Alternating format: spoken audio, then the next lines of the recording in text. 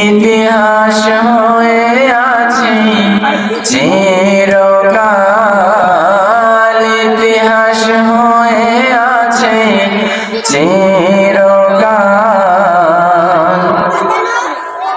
ফিরআউন শুধু ভাবে রয় না পৃথিবী থেকে স্থায়ী হয় না। হোক না সে ফিরআউন কিংবা নমরুদ, কেউ হবে চিরকাল